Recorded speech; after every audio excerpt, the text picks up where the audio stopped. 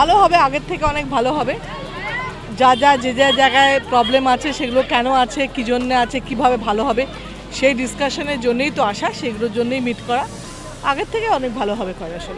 এই জন্যই তো মানে তাদের সঙ্গে শুধু খয়রাশোল না, আমি যেখানে আমার যেটা আছে সেখানেও আমরা যাচ্ছি, যেখানে হারা আছে সেখানেও যাচ্ছি। তো এটা সিস্টেম, একটা মানে ইলেকশনের প্রসিডিওর কর্মীদের সঙ্গে মিট করা, সেভাবে এখানেও মিট করছি।